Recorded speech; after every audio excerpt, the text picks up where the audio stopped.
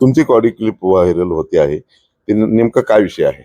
मुळात ही वस्तुस्थिती आहे की आमचे संपर्क प्रमुख असणारे राजन साळवी साहेब दिवसभर आमच्या शिवसैनिकांसोबत बैठका झाल्या. आम्ही परत सावंत साहेबांकडे गेलो. तानाजी सावंत साहेबांकडे जाऊन आम्ही सांगितली वस्तुस्थिती सांगितली कळम धाराशिवची. आणि तानाजी सावंत साहेबांनी स्वतः राजन साळवी साहेबांना सांगितलं, साहेब आपले जे फॉर्म आहेत ए बी फॉर्म पक्षातल्या कार्यकर्त्यांना पदाधिकाऱ्यांना द्या, वाटाघाटी आपण करण्यासाठी वेळ आहे. परंतु राजन साळवी साहेबांनी दिवसभर आमच्यासोबतच्या बैठका झाल्याच्या नंतर रात्रीची बैठक ही भाजपच्या भवनला बैठक झाली, म्हणजे राणा पाटलांसोबत बैठक झाली. राणा पाटलांनी तिथं पत्रकार परिषद घेतली आणि पत्रकार परिषद घेऊन माहिती डिक्लेअर केली.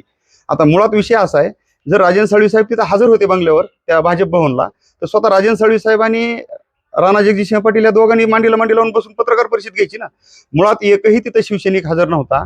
जे असतील ते राणा पाटलांचे कार्यकर्ते, मी जाहीर सांगतोय. त्यांनी काय केलेले किंवा तिन्ही पक्षाचे फॉर्म ए बी फॉर्म घ्यायचे आणि टेबलला बसून तिथं फॉर्म वाटायचे.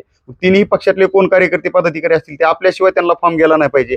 आणि सगळ्यात महत्वाची वस्तुस्थिती ह्या जिल्ह्यात लक्षात घ्यायला गेलो, कळम धाराशिव हा शिवसेनेचा बालेकिल्ला आहे. हा पूर्वीपासून बालेकिल्ला म्हणून समजला जातो. विधानसभेला सुद्धा तो बालेकिल्ला होता, म्हणूनच विधानसभा ही शिवसेनेला देण्यात आली. आणि असा काय 4-6 महिन्यामध्ये बदल झाला की तो शिवसेनेचा बालेकिल्ला असणारा कळम धाराशिव ढासळला आणि अचानक राणा पाटलांच्या ताब्यात गेला. मुळात वस्तुस्थिती अशी आहे की तुम्ही जर कळम धाराशिव मध्ये बघितलं तर नगरपालिका शिवसेनेची आहे. कळम धाराशिवमध्ये बघायला गेला तर कळममध्ये कृषी उत्पन्न बाजार समिती ही पण शिवसेनेची आहे. धाराशिवमध्ये नगरपालिकेला राणा पाटलांनी काही जागा देण्याचं वचन दिलं आणि अचानक पाठीत खंजीर खुपसला.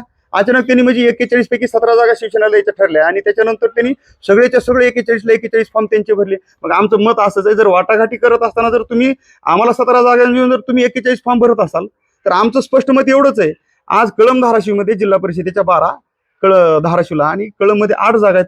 तर तुम्ही सगळेचे सगळे फॉर्म द्या ना, आम्ही भरतो. वाटाघाटी नंतर करू. 27 तारीख ही आणखी येणार आहे. 27 तारखेला आपण बसून चर्चा करून वाटाघाटी ठरवू. पण त्यांनीच ठरवायचं. राणा पाटील आणि त्यांचे सुपुत्र असणारे मल्हार पाटील यांची एक अधिकारशाही चालू झालेली. आमच्या कित्येक उमेदवारांना त्यांनी फोन करून एबी फॉर्म दिले. ते विजयांचा दबाव आहे तिथं. आणि जे 4 जागा दिल्या, 4 जागेपैकी फक्त एकच जागा आमची शिवसेनेची आहे, मूळ शिवसेनेची. बाकी सर्वच्या सर्व उमेदवार जिल्हा परिषदेचे जे 20 पैकी 4 जागा दिल्या ते पूर्ण 4 पैकी 3 जागा हे पूर्णपणे बीजेपीचे.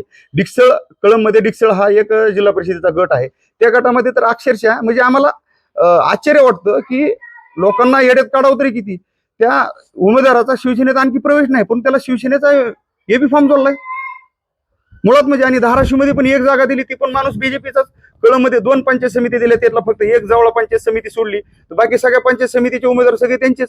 म्हणजे कुठली एकाधिकारशाही आणि कुठल्या पद्धतीनं तुम्ही राजकारण करता आणि काय नेमकं त्यांच्या मनात तरी चाललंय का, हे एकदा जनतेला कळालं पाहिजे. म्हणजे त्यांनी काय केलंय की एक प्रकारे त्यांचे घुसखोर राणा पाटलांनी त्यांचे घुसखोर हे शिवसेनेतच नाही, वेगवेगळ्या पक्षात पाठवायला चालू केलेले. म्हणजे आज त्यांनी माहितीतल्या प्रत्येक पक्षात, मग राष्ट्रवादी असेल किंवा शिवसेना असेल, त्यांचे घुसखोर पाठवायचे.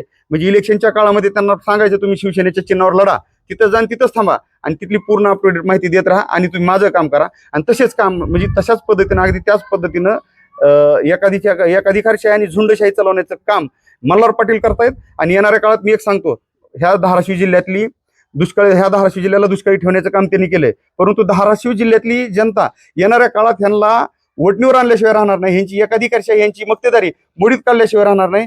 आणि लोकांचा आवाज बुलंद, सर्वसामान्य जनतेचा आवाज ह्या मीडियाच्या माध्यमातून मी बुलंद करण्याचं काम करतोय.